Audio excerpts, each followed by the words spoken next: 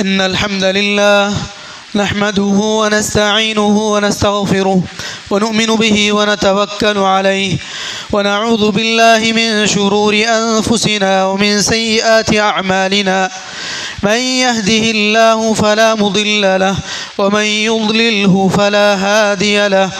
وأشهد أن لا إله إلا الله وحده لا شريك له وأشهد أن محمدا عبده ورسوله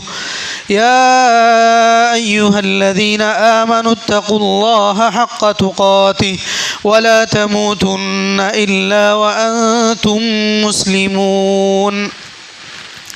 يا أيها الناس اتقوا ربكم الذي خلقكم من نفس واحدة وخلق منها زوجها وبث منهما رجالا كثيرا ونساء واتقوا الله الذي تساءلون به والأرحام إن الله كان عليكم رقيبا يا أيها الذين آمنوا اتقوا الله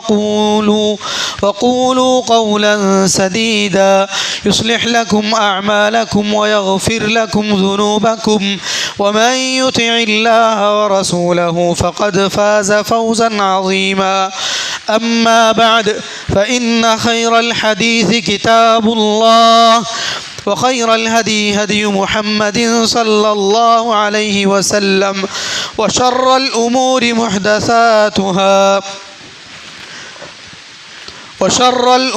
محدثاتها وكل محدثة بدعة وكل بدعة ضلالة وكل ضلالة في النار.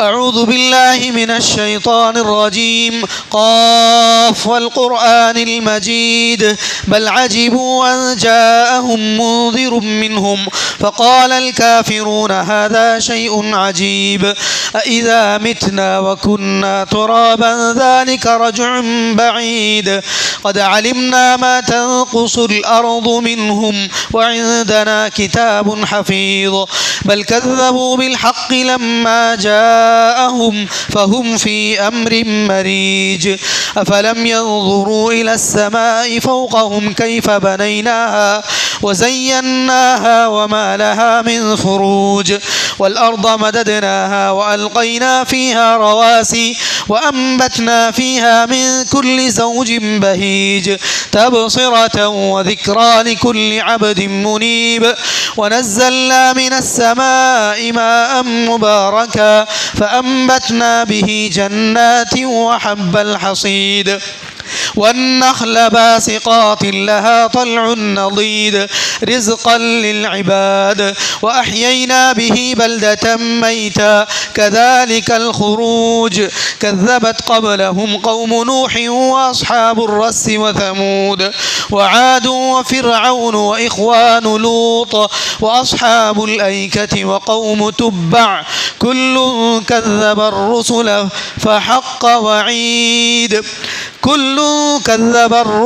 فحق وعيد أفعينا بالخلق الأول بل هم في لبس من خلق جديد.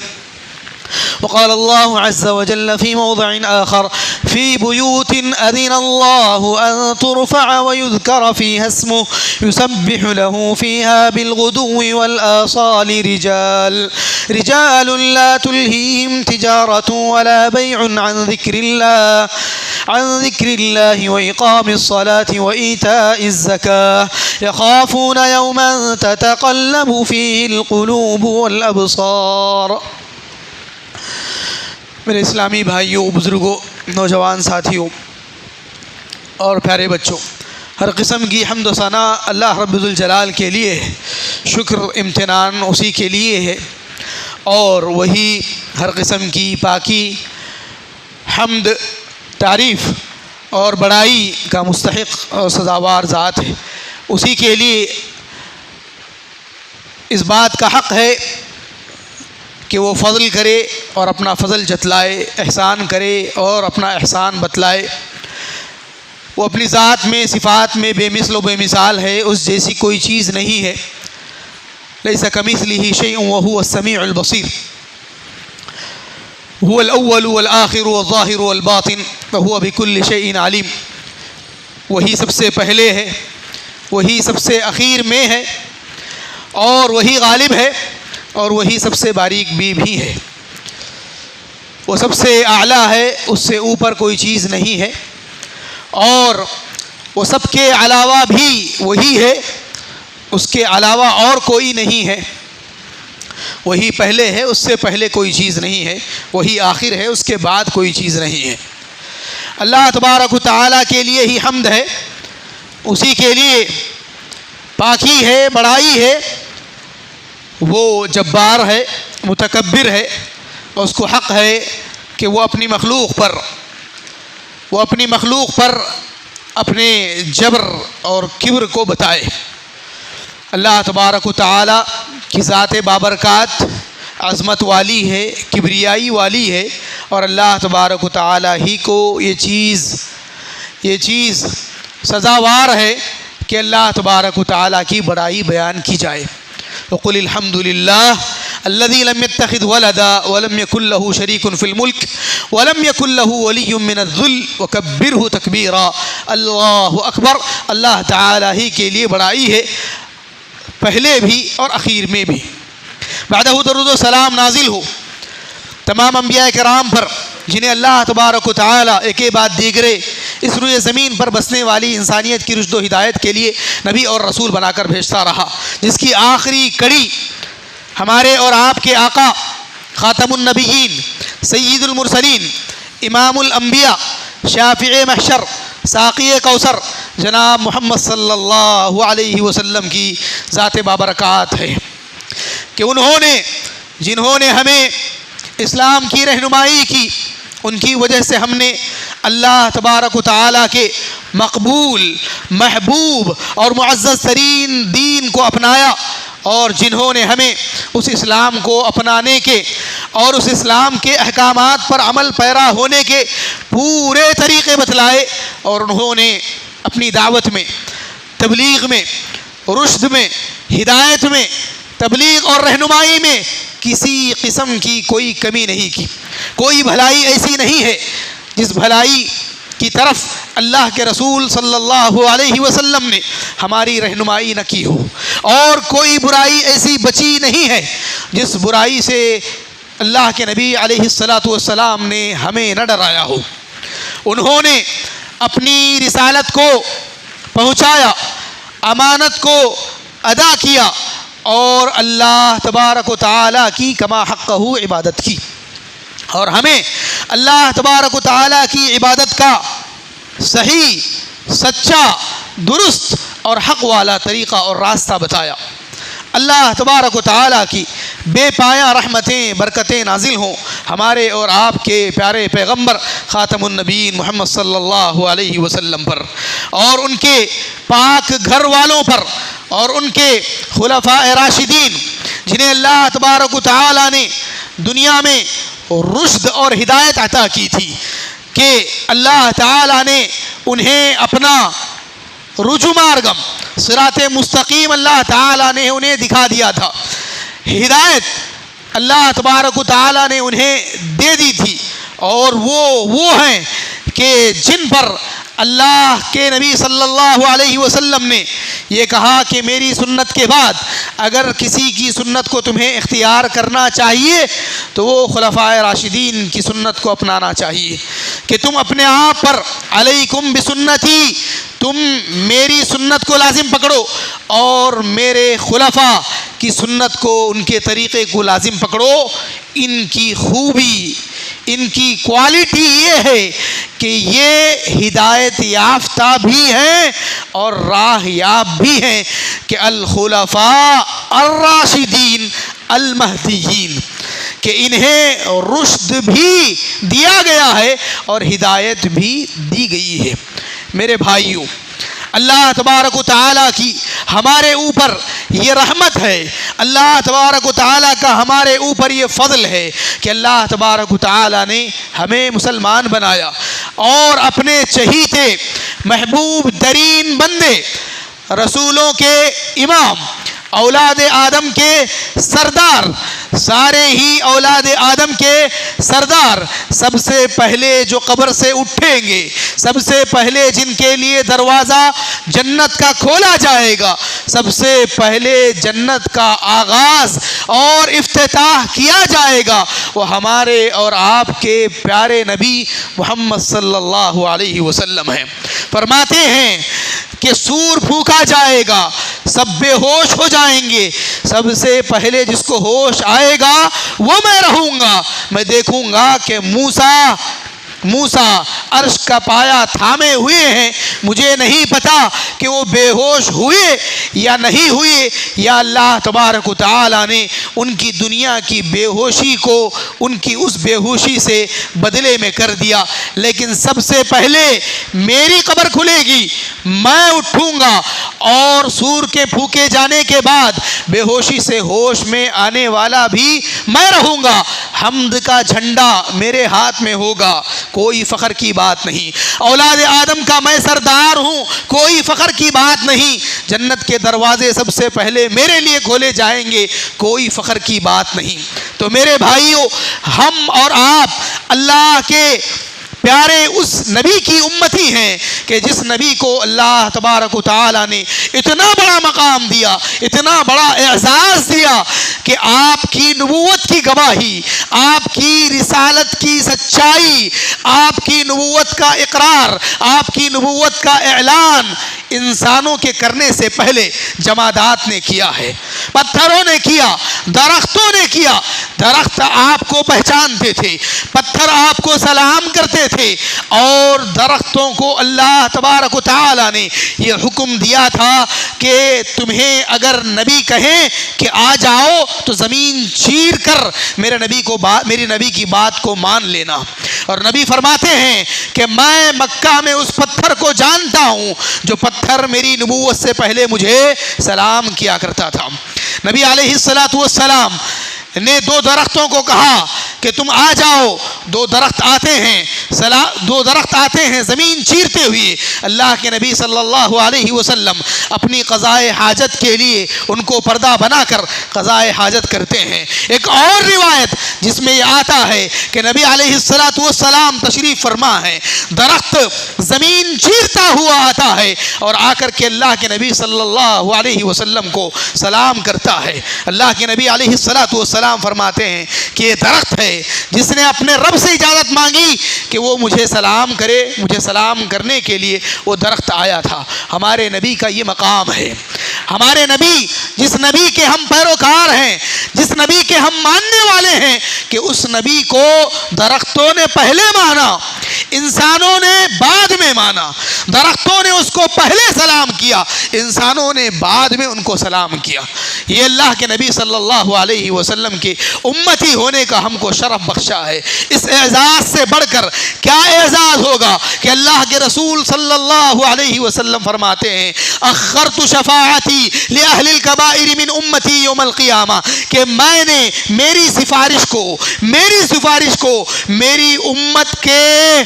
میری امت کے مرتکب کبیرہ لوگوں کے لیے اٹھا کر کے رکھا ہے قیامت کے دن کے لیے، کہ میں میری امت کے لیے سفارش کروں گا۔ ہم سفارش اللہ کے نبی صلی اللہ علیہ وسلم کی سفارش کے، شفاعت کے ہم مستحق ہونے والے امتی ہیں، کہ اللہ کے نبی صلی اللہ علیہ وسلم وہ نبی تھے کہ جس نبی کو اللہ تبارک و تعالی نے شفاعت کا حق دیا، مقام محمود اللہ تبارک و تعالیٰ نے آپ کو عطا کیا۔ اللہ کے نبی علیہ السلام فرماتے ہیں کہ جب مؤذن اذان دیتا ہے تو تم ویسے ہی کہو جیسے وہ کہتا ہے، تم ویسے ہی کہو جیسے وہ کہتا ہے۔ وہ اللہ اکبر کہے تو تم اللہ اکبر کہو، وہ اشہد ان لا الہ الا اللہ کہے تو تم بھی اشہد ان لا الہ الا اللہ کہو، وہ اشہد ان محمد رسول اللہ کہے تم بھی اشہد ان محمد رسول اللہ کہو، وہ حی علی الصلاح حی علی الفلاح کہے تو تم لا حول ولا قوت الا باللہ کہو، اللہ اکبر کہے پھر اللہ اکبر کہو، لا الہ الا اللہ کہے تم بھی لا الہ الا اللہ کہو، اس کے بعد مجھ پر درود بھیجو، اس کے بعد مجھ پر درود بھیجو، درود بھیج کر میرے لیے تم مقام محمود طلب کرو، میرے لیے تم وسیلہ طلب کرو، میرے لیے تم وسیلہ مانگو کہ وسیلہ وہ مقام ہے، وسیلہ وہ جگہ ہے، وسیلہ وہ مقام ہے، وہ جگہ ہے جو اللہ تبارک و تعالی مجھے قیامت کے دن عطا فرمائے گا۔ میں اس جگہ اللہ تبارک و تعالی کے لیے اس کی عظمت میں احترام میں سجدہ ریز ہو جاؤں گا، پھر سجدے سے اٹھایا جاؤں گا، اٹھنے کا حکم ہوگا، پھر اللہ تعالیٰ کی اتنی تعریف کروں گا، اتنی تعریف کروں گا، اتنی تعریف کروں گا کہ ان تعریف کے کلمات کو اللہ تبارک و تعالیٰ اس وقت میرے دل میں ڈالے گا۔ میں اللہ تبارک و تعالیٰ کی تعریف کروں گا، اسی کو مقام محمود کہتے ہیں، اور اسی کا نام ہے وسیلہ، کہ تم میرے لیے اس وسیلے کو مانگو، اس مقام محمود کو مانگو، مجھ سے نہیں، مجھ سے نہیں، میرے ذریعے سے نہیں، بلکہ میرے لیے تم اللہ سے مانگو، میرے لیے تم اللہ سے مانگو۔ ثم صلی اللہ علیہ الوسیلہ، تم میرے لیے اللہ سے وسیلہ مانگو، وسیلہ طلب کرو۔ اللہ تعالیٰ فرماتے ہیں مقام محمود کے سلسلے میں، مقام محمود کے سلسلے میں اللہ تبارک و تعالیٰ فرماتے ہیں، سورہ اسراء کی آیت ہے، عَسَىٰ أَن يَبْعَثَكَ رَبُّكَ مَقَامًا مَحْمُودًا، عَسَىٰ أَن يَبْعَثَكَ رَبُّكَ مَقَامًا مَحْمُودًا، قریب ہے کہ اللہ تبارک و تعالیٰ آپ کو مقام محمود پر فائز کر دے۔ وہی مقام محمود ہے جو اذان کے بعد کی دعا میں ہم پڑھتے ہیں کہ اللہم رب هذه الدعوة التامة والصلاة القائمة آتی محمدا الوسیلة والفضیلة وابعثه مقاما محمودا الذي وعدته، کہ اے اس دعوت کے قائم نماز کے پروردگار، تو محمد کو وسیلہ عطا فرما صلی اللہ علیہ وسلم، آتی محمد الوسیلہ، محمد صلی اللہ علیہ وسلم کو تو وسیلہ دے، آتی محمد الوسیلہ والفضیلہ، اور فضیلت کا مقام عطا کر، وبعثہ مقاما محمودا، مقام محمود ان کو عطا فرما، الذی وعدتہ، جس کا تو نے ان سے وعدہ کیا ہے۔ میرے بھائیوں، یہ اللہ کے نبی صلی اللہ علیہ وسلم کے امتی ہونے کا، آپ کے اتنے سارے معجزات کو، یہ سارے کے سارے نبی علیہ السلام کے ایک طرف فضیلتیں ہیں تو دوسری طرف معجزات ہیں۔ ایک طرف کیا ہیں؟ فضیلتیں ہیں کہ میں اولاد آدم کا سردار، شفاعت کا حقدار، مقام محمود پر فائز کیا جانے والا، یہ سب فضیلتیں ہیں۔ آپ اولاد آدم کے سردار ہیں، انبیاء کے امام ہیں، جنت میں پہلے جائیں گے، قبر سے پہلے اٹھیں گے، یہ فضائل ہیں۔ دوسری طرف درختوں کا سلام، پتھروں کی گواہی، درختوں کا زمین کو چیر کر آ جانا، یہ سب نبی کے معجزات ہیں، یہ نبی کے ساتھ خاص ہیں، اللہ نے حکم دیا، نبی کے لیے وہ کام ہوئے۔ یہ دونوں چیزوں کو بیان کرنے کے بعد، یہ دونوں چیزوں کے اقرار، اس پر ایمان لانے کے بعد تقاضا کیا ہے؟ تقاضا کیا ہے؟ یہ چیز ہم سے کیا طلب کرتی ہے؟ کیا مانگتی ہے؟ یہ مانگتی ہے کہ ہم اپنے انگوٹھے چوم لیں جس سے ہم نے گناہ کیے ہیں، یا ہمارا تھوک ہماری آنکھوں کو لگا لیں، یہ چاہتے ہیں، یا یہ معجزات اور یہ فضیلتیں کیا ہم سے طلب کرتی ہیں کہ ہم میوزک پر ناچیں، جھنڈے لے کر سڑکوں پر نکل جائیں، گلیوں میں لوگوں کو ڈسٹرب کریں اور لوگوں کو تنگ کریں، ستائیں، نمازوں کو چھوڑیں، یہ چاہتی ہیں یہ چیزیں ہمارے سے؟ ان چیزوں کا کچھ نہ کچھ تو تقاضا ہوگا۔ ان چیزوں کا پہلا تقاضا کیا ہوگا کہ جو ذات بابرکات ہمارے لیے روتی تھی، ہمارے لیے دعائیں مانگتی تھی، اللہ سے طلب کرتی تھی، جس ذات نے اپنی سفارش کو ہمارے لیے اٹھا کر رکھا ہے،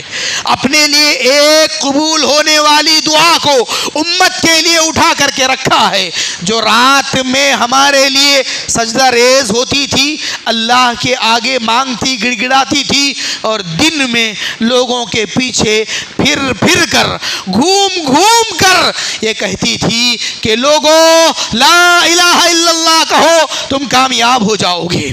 اللہ کی عبادت کرو، اس کے سوا تمہارا کوئی سچا معبود نہیں، کہو کہ اللہ تعالیٰ ایک ہے، اس کے سوا کوئی معبود نہیں ہے، تم کامیاب ہو جاؤ گے۔ تملک العرب والعجم تفلحو، تملک العرب والعجم، کامیاب ہو جاؤ گے، عرب و عجم کے مالک بن جاؤ گے۔ وہ ذات جس نے دنوں کو دعوت و تبلیغ میں گزار دیا، راتوں کو تہجد اور دعا میں گزار دیا، اس ذات کا ہمارے اوپر کیا حق ہے؟ کیا وہ محبت کی حقدار نہیں ہے؟ کیا وہ اتباع، پیروی اور اطاعت کی حقدار نہیں ہے؟ کیا وہ اس بات کی حقدار نہیں ہے کہ ہم ان کے لیے، ان کے دین کے لیے، ان کی دعوت کے لیے، ان کی تبلیغ کے لیے، ان کے ہدف اور مقصد اور مشن کے لیے ہم اپنے آپ کو جانثار کر دیں؟ کیا وہ اس بات کا حق رکھتے ہیں کہ نہیں رکھتے ہیں؟ انہیں اس بات کا حق ہے۔ یہ ساری باتیں سب بیان کرتے ہیں، بیان کرنے کے بعد لوگوں کو یوں ہی چھوڑ دیا جاتا ہے کہ وہ اللہ کے نبی سے فضیلتوں کی وجہ سے، معجزات کی وجہ سے محبت کریں۔ لیکن میرے بھائیوں، نبی سے محبت صرف فضائل اور معجزات کی وجہ سے نہیں ہے، بلکہ نبی سے محبت مکمل ہوگی آپ کی اتباع سے، نبی سے محبت مکمل ہوگی آپ کی اطاعت سے۔ اللہ تبارک و تعالی نے فرمایا قل ان کنتم تحبون اللہ فاتبعونی یحببکم اللہ ویغفر لکم ذنوبکم، آپ کہہ دیجئے کہ اگر تم اللہ سے محبت کا دعویٰ کرتے ہو تو نبی کی پیروی کرو، نبی علیہ السلام کی پیروی کرو، اللہ تم سے محبت کرے گا، تمہارے گناہوں کو بخش دے گا۔ اور اللہ تبارک و تعالی نے فرمایا وَمَا أَرْسَلْنَا مِن رَّسُولٍ إِلَّا لِيُطَاعَ بِإِذْنِ اللَّهِ، ہم نے جو بھی رسول بھیجا ہے وہ اس لیے بھیجا ہے تاکہ اس کی اطاعت کی جائے، تاکہ اس کی اطاعت کی جائے اللہ کے حکم سے، اللہ کے حکم سے۔ کس میں اطاعت کی جائے؟ کس میں اطاعت کی جائے؟ ہر اس بات میں جو حکم دیں، اور کس میں اطاعت کی جائے؟ ہر اس کام میں جس سے وہ منع کریں اس سے رک جائیں، جس کا کرنے کا حکم دیں وہ کریں، جس سے روکیں رک جائیں۔ وَمَا آتَاكُمُ الرَّسُولُ فَخُذُوهُ، جو رسول تم کو دیں وہ لے لو۔ وَمَا نَهَاكُمْ عَنْهُ فَانْتَهُوا، اور جس سے رسول روکیں تم اس سے رک جاؤ۔ اور ملے گا کیا اس سے؟ اس سے ملے گا کیا؟ اس سے وہ چیز ملے گی جس کی خواہش آپ کو بھی ہے اور ہم کو بھی ہے، جس کے خواہش مند آپ بھی ہیں میں بھی ہوں، جس کے طلبگار، امیدوار اور آرزو اور تمنا رکھنے والے، وہ کیا ہے؟ وہ نبی کی رفاقت ہے، وہ حضور علیہ السلام کا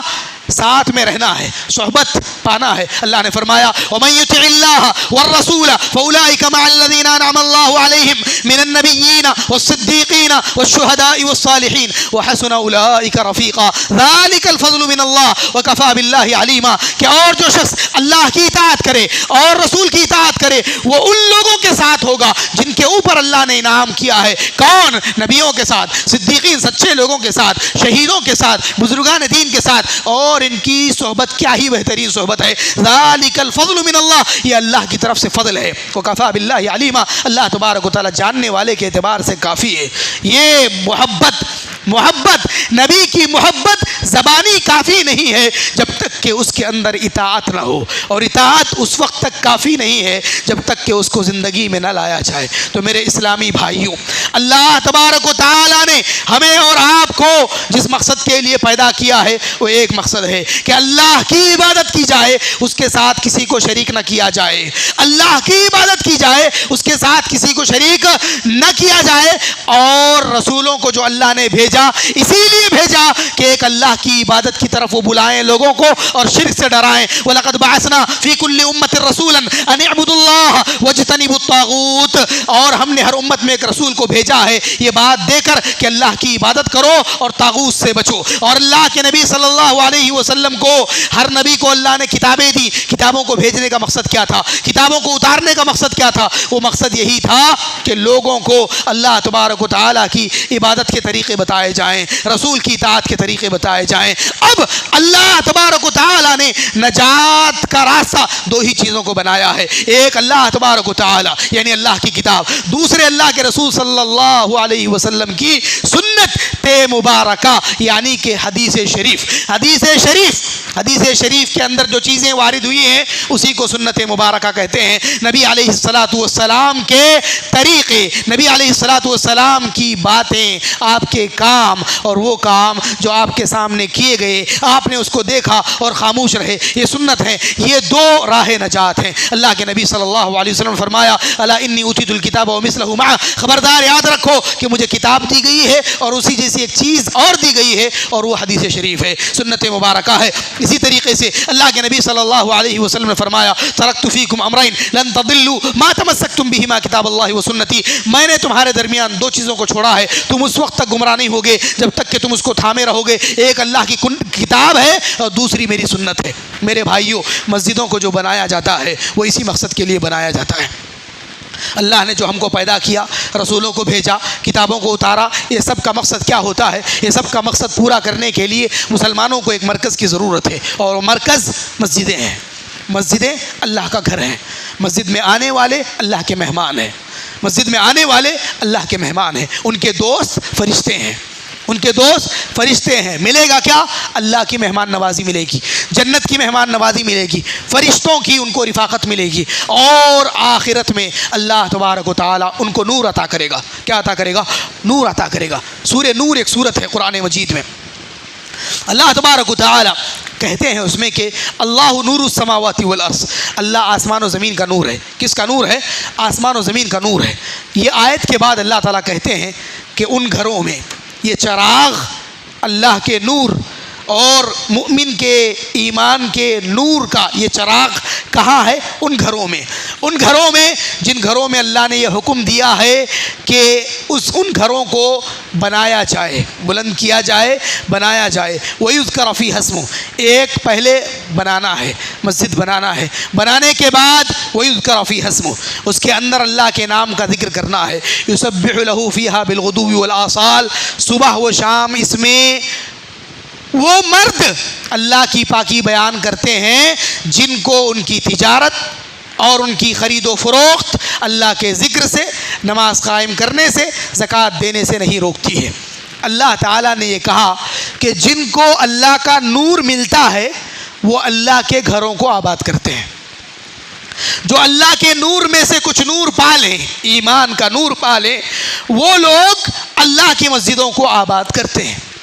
اور اللہ تبارک و تعالیٰ نے ان کو مرد کہا جو مسجدوں کو آباد کرتے ہیں، کہ وہ مرد ہیں جن کو ان کی تجارت اور ان کی خرید و فروخت اللہ کے ذکر سے، نماز قائم کرنے سے نہیں روکتی ہے۔ اسی طریقے سے اللہ کے نبی صلی اللہ علیہ وسلم نے اسی نور کے سلسلے میں بات بتائی ہے کہ بشر المشائین فی الظلم الی المساجد بالنور التام یوم القیامہ، کہ آپ جو ہے اے نبی صلی اللہ علیہ وسلم رات کے اندھیروں میں مسجدوں کی طرف زیادہ چل کر جانے والوں کو قیامت کے دن مکمل نور کی خوشخبری سنا دیجئے، مکمل نور کی خوشخبری سنا دیجئے۔ جو لوگ رات کے اوقات میں مسجدوں کی طرف چل کر کے جاتے ہیں، مسجد کو آباد کرنا یہ ایک اللہ کے نور کو پانے کا سب سے بڑا ذریعہ ہے، اور قیامت کے دن آدمی کو نور اگر نہ ملے تو وہ گمراہی میں ہے، وہ اندھیرے میں ہے، اور اندھیرے میں وہ جہنم میں جائے گا۔ اللہ نے بچنے والوں کے بارے میں کہا یسعی نورہم بین ایدیہم وبایمانہم یقولون ربنا اتمم لنا نورنا واغفر لنا انک علی کل شیء قدیر، کہ ان کا نور ان کے آگے چل رہا ہوگا، ان کا نور ان کے آگے دوڑ رہا ہوگا، چل رہا ہوگا، کہہ رہے ہوں گے کہ اے ہمارے پروردگار ہمارے نور کو ہمارے لیے مکمل کر دے، ہمارے گناہوں کو بخش دے۔ یہ نور جو پل صراط پر ہمیں چاہیے وہ نور مسجدوں میں ملے گا،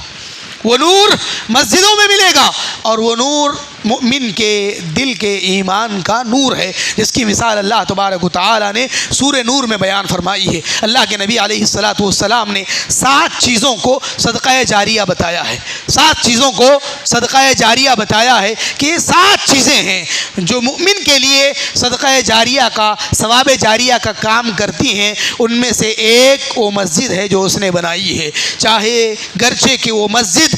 چڑیا کے گھونسلے کے برابر ہی کیوں نہ ہو، وہ مسجد اللہ تبارک و تعالیٰ کے پاس مقام رکھتی ہے۔ اللہ کے نبی نے فرمایا علم جو اس نے پھیلایا، اولاد، نیک اولاد جو اس نے چھوڑی، اور مسجد جو اس نے بنائی، مسافر کے لیے مہمان خانہ جو اس نے بنایا، نہر جو اس نے جاری کی، مصحف جو اس نے چھوڑ دیا، مصحف جو اس نے چھوڑ دیا، یعنی کہ مصحف جو اس نے وقف کر دیا، چھوڑ دیا سا یعنی کہ ہمارے پاس چھوڑ دیا کا دوسرا معنی ہے، یعنی کہ مصحف جس کا اس نے دوسروں کو وارث بنا دیا، یعنی کہ وہ مصحف جس کو کہ اس نے دوسروں کے لیے وقف کیا، کار اللہ تبارک و تعالیٰ کی راہ میں وقف کر دیا، یہ چیزیں اس کے لیے ثواب جاریہ کا باعث ہوتی ہیں۔ اس میں اس درخت کو بھی بتایا گیا ہے جس درخت کے ذریعے سے لوگ فائدہ اٹھاتے ہیں، جس درخت کے ذریعے سے لوگ فائدہ اٹھاتے ہیں، ان چیزوں کو اللہ کے نبی صلی اللہ علیہ وسلم نے ثواب جاریہ بتایا ہے۔ مسجد سے جڑی جتنی چیزیں ہیں، مسجد سے جڑی جتنی چیزیں ہیں وہ فضیلت والی ہیں، مبارک ہیں، بابرکت ہیں، اور اللہ تبارک و تعالیٰ کے پاس اس کا مقام ہے۔ چلنے والے کا مقام ہوا، اس کے بعد آ کر بیٹھے گا تو کیا ہوگا؟ من راح الى المسجد او من غدا الى المسجد او راح اعد الله له نزله في الجنة كلما غدا او راح۔ جو آدمی صبح کے وقت یا شام کے وقت مسجد جاتا ہے تو اللہ تعالیٰ اس کے لیے جنت میں میزبانی تیار کرتا ہے، جب بھی صبح یا شام کے وقت وہ مسجد کو جاتا ہے۔ آیا مسجد میں بیٹھا تو کیا ملے گا؟ اللہ کے نبی علیہ الصلوۃ والسلام نے فرمایا ان للمسجد اوتادا لمحالها، کہ بے شک مسجدوں کے کچھ کھوٹے ہوتے ہیں، مسجدوں کے کچھ ستون ہوتے ہیں جو اپنی جگہوں کو پکڑے ہوئے رہتے ہیں، جب لوگ آتے ہیں تو فرشتے ان کے ساتھ ہو جاتے ہیں، فرشتے ان کے ساتھ ہو جاتے ہیں، اور جب وہ بیمار ہوتے ہیں تو وہ ان کی عیادت کرتے ہیں، جب وہ غائب ہوتے ہیں تو وہ ان کو تلاش کرتے ہیں۔ ساری ساری حدیثیں ہیں کہ جو ہے وقت کی کمی کی وجہ سے بیان کر رہا ہوں، ایسے ہی کہ مسجد میں آئیں گے، بیٹھیں گے تو فرشتوں کی وہ صحبت ملے گی کہ فرشتے اس آدمی کے ساتھی بن جائیں گے۔ تم آؤ گے نہیں تو وہ تم کو ڈھونڈیں گے، تم بیمار ہوگے تو تمہاری عیادت کے لیے وہ آئیں گے۔ اور مسجد کو آدمی آئے گا تو اس کا ایمان سلامت رہے گا۔ اس کے ایمان کے بارے میں اللہ کے نبی نے فرمایا اذا رأیتم الرجل یتعاہد المسجد فاشہدوا له بالایمان، کہ جب تم کسی آدمی کو دیکھو کہ وہ مسجد کو آتا جاتا رہتا ہے تو تم اس کے ایمان کی گواہی دو،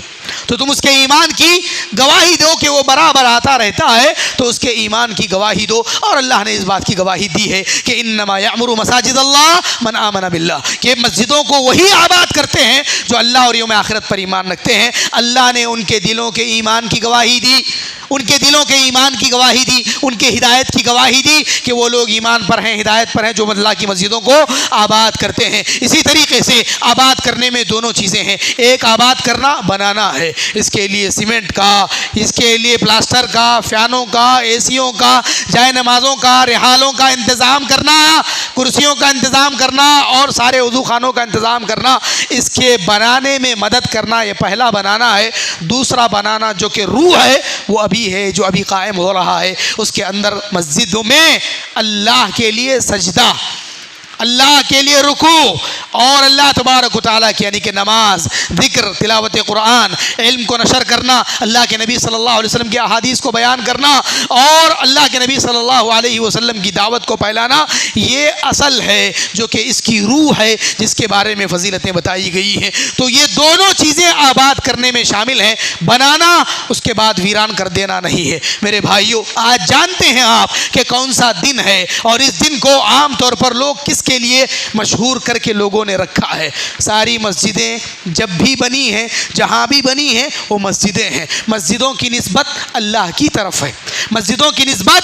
اللہ کی طرف ہے، اور مسجد وہ جگہ ہے کہ مسجد کی ہر چیز کے بارے میں نبی صلی اللہ علیہ وسلم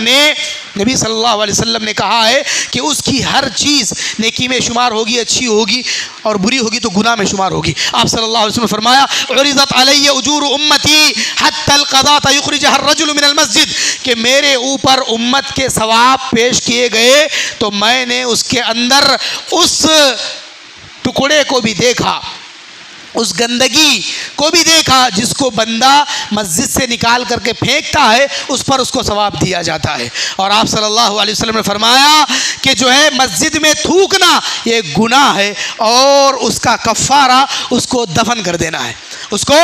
دفن کر دینا ہے۔ تو اللہ کے نبی صلی اللہ علیہ ایک صحابی کہا جاتا ابو عبیدہ بن جراح رضی اللہ تعالیٰ عنہ تھے کہ انہوں نے تھوک دیا، غمگین رہے، گئے صبح میں جا کر کے اس کو انہوں نے دفن کر دیا اور دفن کر کے کہا کہ اس کا کفارہ اس کو نکال دینا ہی ہے۔ ایک مرتبہ اللہ کے نبی صلی اللہ علیہ وسلم نے خود مسجد کی دیوار پر آپ نے تھوک دیکھا تو آپ گئے، ایک پتھر یا ڈھیلا لیا، آپ نے لے کر کے آپ نے اپنے دستے مبارک سے اس کو صاف کیا، کہا کہ مسجد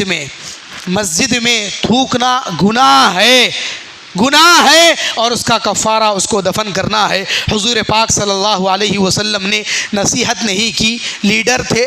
قائد تھے، خود ہی اٹھے، خود ہی آپ نے کام کیا، لوگوں کو بعد میں نصیحت کی۔ لیڈر کو ایسا ہونا بھی چاہیے کہ وہ خود آئیڈیل بنے، دوسروں کے لیے بیٹھ کر وہ آرڈر دینے والا نہ بنے۔ اللہ کے نبی صلی اللہ علیہ وسلم کی زندگی میں ایسے نمونے کئی ہیں۔ تو اللہ کے نبی صلی اللہ علیہ وسلم نے مسجد کے بارے میں کہا کہ میرے اوپر امت کے سارے ثواب بیان کیے گئے، ان ثواب میں سے وہ ثواب بھی تھا جو آدمی نکال کر کے کوئی ٹکڑا، کوئی کاڑی، کوئی گندگی کی چیز اٹھا کر کے پھینک دیتا ہے، اس کے اوپر اس کو اجر دیا جاتا ہے۔ تو نبی علیہ الصلوۃ والسلام آج بھی مسجد نبوی میں وہ ستون موجود ہے جہاں پر ایک صحابی نے تھوکا، بعد میں اس کو صاف کیا، پھر خوشبو لگایا، اسطوانۃ المخلقہ کے نام سے آج بھی ریاض الجنہ کے اندر، روضہ شریفہ جسے کہا جاتا ہے، اس کے اندر وہ ستون اسی نام کے ساتھ موجود ہے جس پر حضور پاک صلی اللہ علیہ وسلم کے زمانے میں خوشبو لگائی گئی تھی۔ بتانا کیا چاہتے ہیں؟ بتانا یہ چاہتے ہیں کہ مسجدوں کو پاک صاف رکھیں،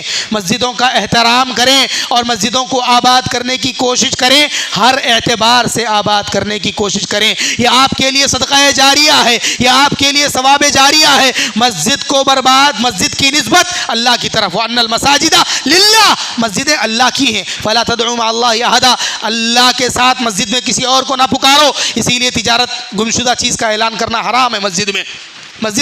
حرام ہے۔ اور اللہ تعالیٰ نے فرمایا جو آدمی مسجد کو آباد کرنے کے بجائے برباد کرنے کی کوشش کرے گا، ذلت ہے دنیا میں اس کے لیے، دنیا میں ذلت ہے، آخرت میں بڑا عذاب ہے، وہی چیز جھیل رہے ہیں۔ وَمَنْ أَظْلَمُ مِمَّنْ مَنَعَ مَسَاجِدَ اللَّهِ أَنْ يُذْكَرَ فِيهَا اسْمُهُ وَسَعَىٰ فِي خَرَابِهَا أُولَٰئِكَ مَا كَانَ لَهُمْ أَن يَدْخُلُوهَا إِلَّا خَائِفِينَ لَهُمْ فِي الدُّنْيَا خِزْيٌ وَلَهُمْ فِي الْآخِرَةِ عَذَابٌ عَظِيمٌ۔ اس سے بڑا ظالم کون ہوگا جو اللہ کی مسجدوں میں اللہ کا نام لیے جانے سے روکے اور اس کو خراب کرنے کی کوشش کرے۔ مسجد ہے، چاہے وہ کسی جماعت کی ہو، جمعیت کی ہو، کسی بھی لوگوں کی ہو، مسجد جب کہا گیا وہ اللہ تبارک و تعالیٰ کا گھر بن گیا، وہ اللہ کی مسجد بن گئی، اس کا احترام، اس کو آباد کرنا اور اس کو آباد کرنے کے بارے میں ساتھ دینا، تعاون کرنا ہر اس آدمی کا کام ہے جو اللہ کے اوپر، آخرت کے دن کے اوپر ایمان رکھتا ہے، جو اللہ پر اور اللہ کے رسول پر ایمان رکھتا ہے، ہر اس آدمی کی ذمہ داری ہے، یہ اس کے لیے سعادت ہے، نیک بختی ہے، خوش قسمتی ہے، خوش نصیبی ہے۔ اگر ایسا نہیں کرے گا ذلت ہے، بدبختی ہے، بدنصیبی ہے اور اس کے لیے ندامت ہے کہ وہ آدمی اللہ کی مسجد کو برباد کرنے کی کوشش کر رہا ہے۔ تو میرے بھائیوں، مسجدوں کو ویران کر کے، نمازوں کو ترک کر کے، مسجدوں کو صرف جو ہے یہ بیکار کے کاموں کے لیے رکھ کر پھر مسجد کے بارے میں بات کرنے کا حق نہیں ہوتا ہے۔ اس لیے اگر مسجدوں کی حفاظت چاہتے ہیں تو مسجدوں کو اذانوں سے آباد رکھیے،